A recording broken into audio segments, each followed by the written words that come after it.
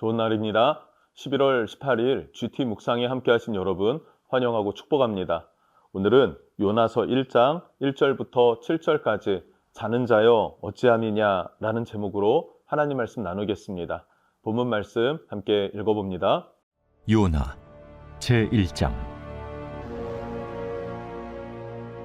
여호와의 말씀이 아미떼의 아들 요나에게 임하니라. 이르시되 너는 일어나 저 큰 성읍 니느웨로 와서 그것을 향하여 외치라. 그 악독이 내 앞에 상달되었음이니라. 그러나 요나가 여호와의 얼굴을 피하려고 일어나 다시스로 도망하려 하여 욥바로 내려갔더니 마침 다시스로 가는 배를 만난지라. 여호와의 얼굴을 피하여 그들과 함께 다시스로 가려고 배삭을 주고 배에 올랐더라. 여호와께서 큰 바람을 바다 위에 내리시매 바다 가운데에 큰 폭풍이 일어나 배가 거의 깨지게 된지라. 사공들이 두려워하여 각각 자기의 신을 부르고 또 배를 가볍게 하려고 그 가운데 물건들을 바다에 던지니라.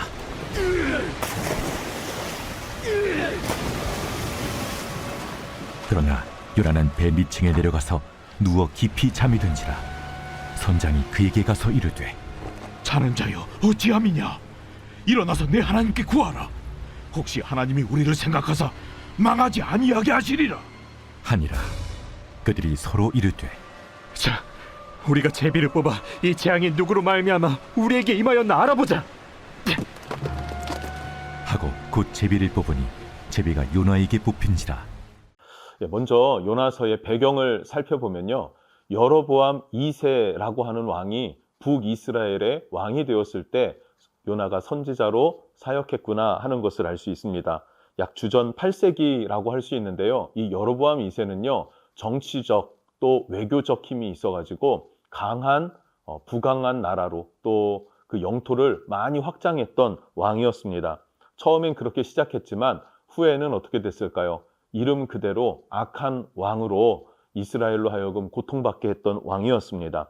여로보암 2세, 여로보암 왕은 북이스라엘의 첫 왕이었죠. 남과 북이 나뉘어지면서 그러면서 첫 번째 북이스라엘의 왕이 된 게 여로보암인데 악한 길로 행했습니다. 그래서 그 후대의 왕들이 하나님 앞에 악을 행할 때마다 그도 여로보암의 길로, 그도 여로보암의 길로.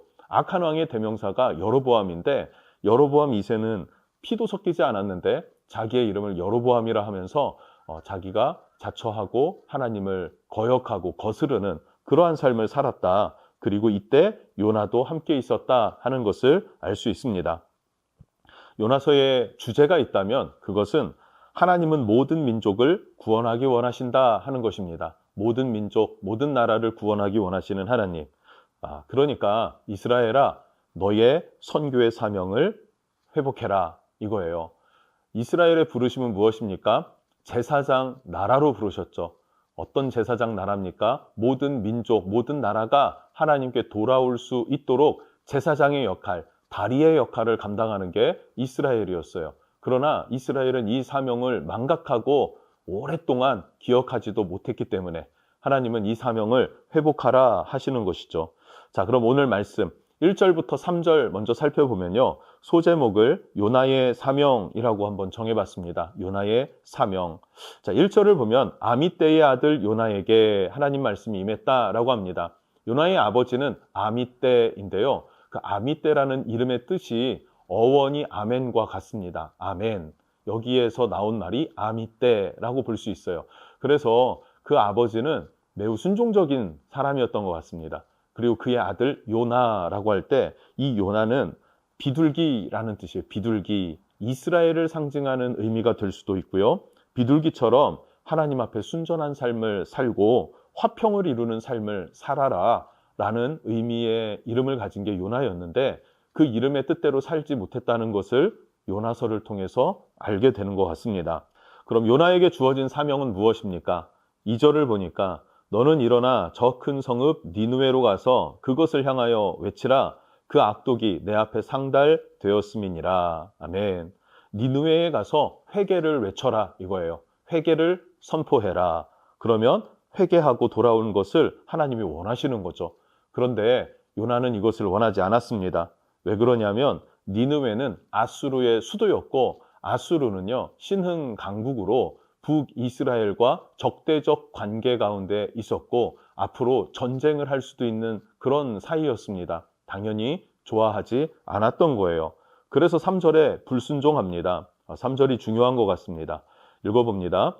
그러나 요나가 여호와의 얼굴을 피하려고 일어나 다시스로 도망하려 하여 욥바로 내려갔더니 마침 다시스로 가는 배를 만난지라 여호와의 얼굴을 피하여 그들과 함께 다시스로 가려고 뱃삭을 주고 배에 올랐더라.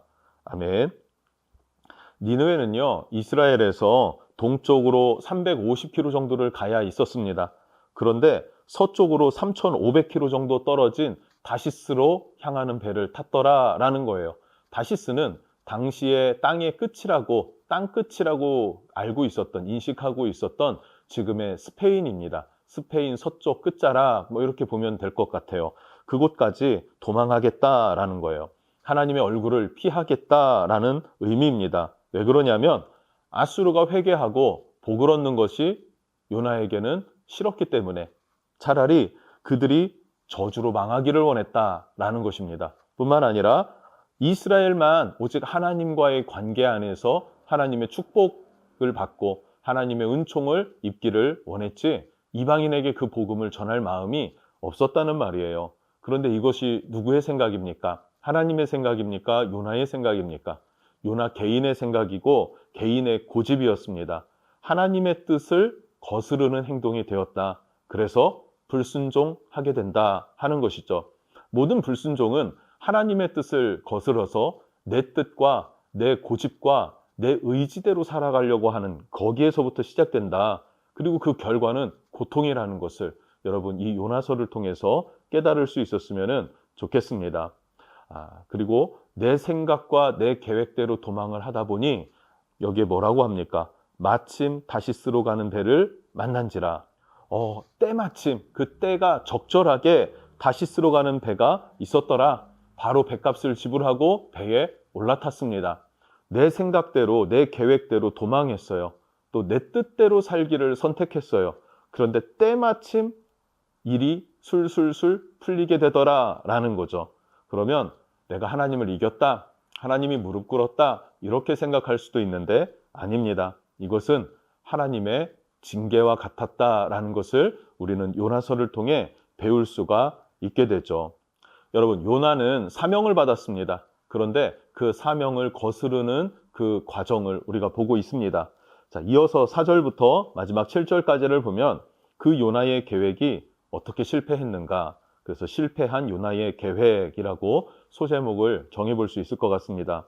배는 먼 바다로 나갔습니다. 그런데 큰 폭풍을 만나게 되었고 배가 깨지기 직전이 되었다라고 성경이 말하고 있어요.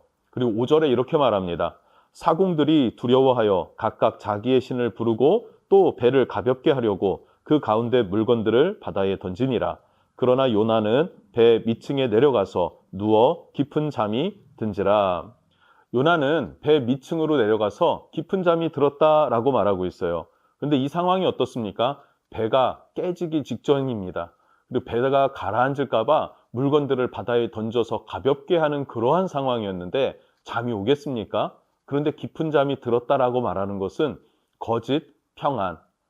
내가 영적인 상태에 대해서 그냥 의지적으로 그냥 눈을 감고 고개를 돌리고 신경 쓰지 않으려고 하고 그냥 눈에 보여지는 지금 현재의 상황으로 만족하려고 하는 자기 의지를 가지고 나는 괜찮아 하면서 자기 암시를 주는 것과 같은 그런 느낌을 받지 않습니까, 여러분? 이것이 바로 이스라엘의 상황이었다라는 것을 암시해 주는 것 같습니다. 여로보암 2세 왕이 넓은 영토를 확장했지만 그래서 부유한 나라가 되는 것 같지만 그건 잠시입니다. 현재 영적인 상태가 어떻습니까? 곧 망할 처지라는 거예요. 그러니 지금 부유한 게 아니란 말이죠. 이것이 바로 이스라엘의 영적 상태이기도 하고요. 또한 요나의 영적 상태이기도 합니다.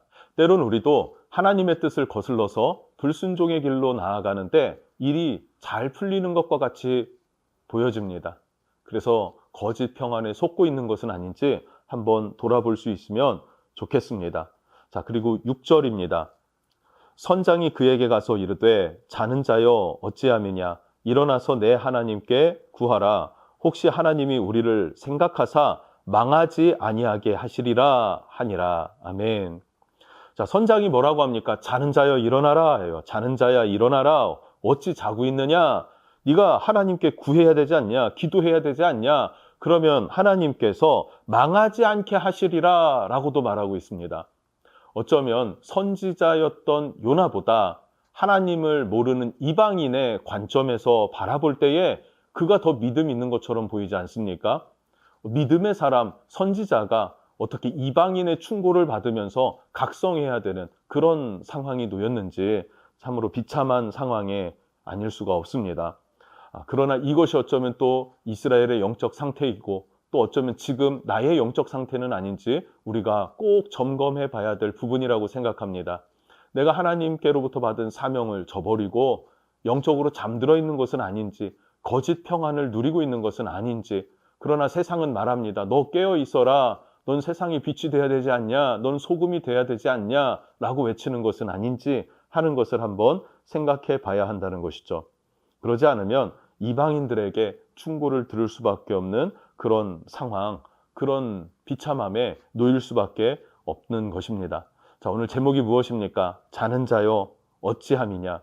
여러분, 영적으로 자고 있지는 않습니까? 하나님께로부터 받은 사명을 내려놓고 있지는 않습니까? 그런데 그 사명 내려놓은 지가 오래돼서 그냥 잊어버리고 있는 것은 아닙니까? 그러나 기억해야 할 것, 나는 사명을 잃어버린 듯해도 그 사명을 주신 하나님은 기억하고 계신다는 사실이죠. 또 내가 하나님 앞에 고백했던 헌신과 충성의 약속도 하나님은 기억하고 그것을 기다리고 계신다는 사실입니다.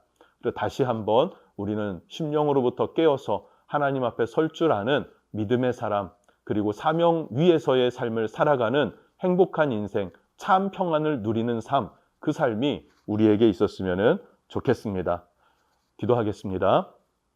주님 감사합니다. 우리가 이 땅을 살아갈 때 믿음의 삶이 너무나 익숙해져서 그것을 망각하고 내 정체성과 주께로부터 받은 귀한 사명도 잃어버리고 살아갈 때가 있는 것 같습니다. 그때 하나님 우리의 심령을 깨워주시고 하나님께로부터 받은 사명을 기억하며 다시 내가 서야 할 자리에 서는 자, 그리고 하나님이 원하시는 그 삶의 방향으로 나아가는 자 되게 해 주시옵소서.